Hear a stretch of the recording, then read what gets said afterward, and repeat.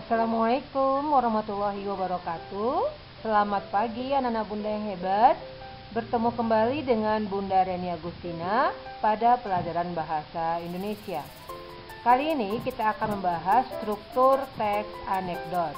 Ikuti dengan seksama penjelasan bunda berikut ini ya. Selamat belajar.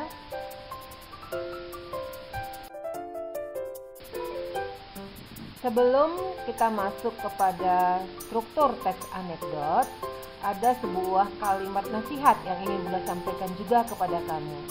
Kalimat nasihat ini berasal dari Nabi Muhammad SAW, Rasulullah kita. Beliau mengatakan, "Ketahuilah, setiap dari kamu adalah pemimpin, dan setiap kamu akan dimintai pertanggungjawaban atas kepemimpinanmu." Nah, anak-anak Bunda, kamu adalah pemimpin. Minimal pemimpin bagi diri kamu sendiri. Oleh karena itu, kamu harus belajar bertanggung jawab terhadap apa yang akan kamu lakukan atau apa yang akan kamu kerjakan di muka bumi ini. Insya Allah, kedepannya kamu dapat menjadi pemimpin bagi orang lain. Amin.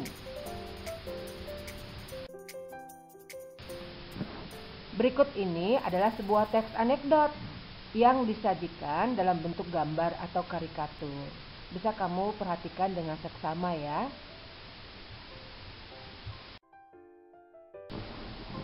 Lalu, apakah teks anekdot itu sebenarnya?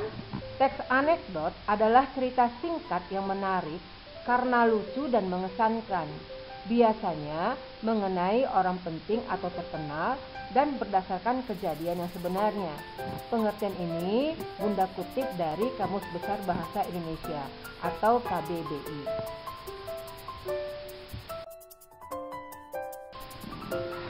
Dari definisi tersebut, kita perhatikan dengan seksama ada 3 hal yang terdapat pada sebuah teks anekdot. Yang pertama, adanya tokoh. Biasanya, tokoh yang terdapat pada teks anekdot adalah tokoh orang-orang yang terkenal. Yang kedua, adanya alur, di mana alur itu berisi rangkaian peristiwa yang benar-benar terjadi, namun dikemas sedemikian rupa agar terdapat kelucuan dan sindiran pada rangkaian cerita tersebut. Yang ketiga, adanya latar. Latar ini dapat berupa waktu, latar tempat, atau latar suasana.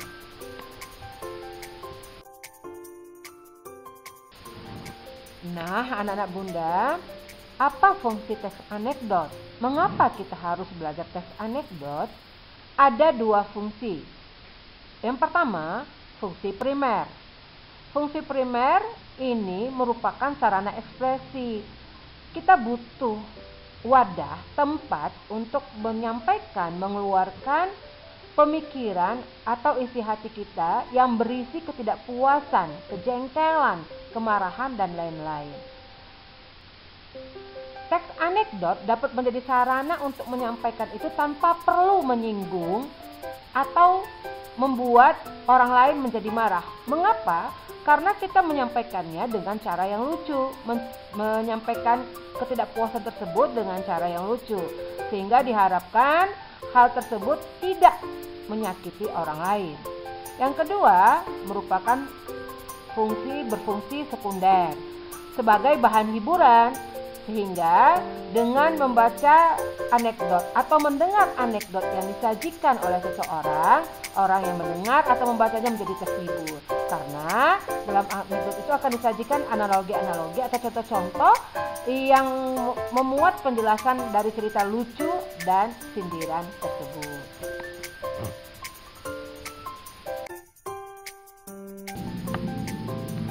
Selanjutnya kita akan membahas struktur teks anekdot. Ada 5 struktur teks anekdot, terdiri dari abstrak, orientasi, krisis, reaksi, dan koda. Abstrak berisi gambaran umum tentang isi cerita yang akan dianekdotkan. Orientasi adalah pembuka cerita atau pengantar cerita atau perkenalan cerita. Bisa saja yang diantarkan atau yang dikenalkan itu tokohnya atau suasananya, atau bisa juga tempatnya. Lalu krisis adalah inti peristiwa pada cerita anekdot tersebut.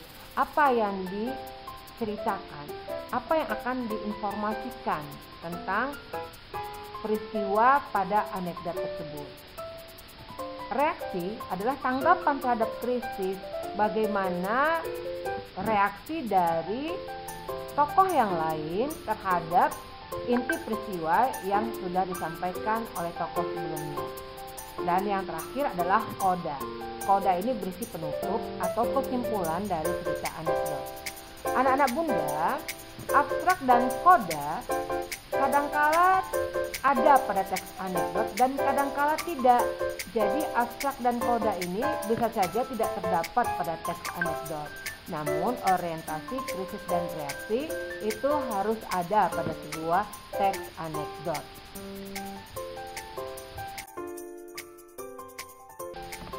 Nah, anak Bunda, silahkan buka link YouTube berikut ini.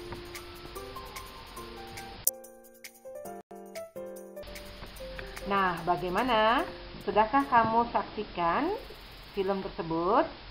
Nah, jika sudah kamu saksikan film tersebut, ikuti kuis berikut ini ya.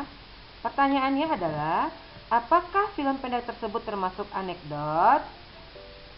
Silahkan berikan jawabanmu di kolom komentar beserta alasannya ya.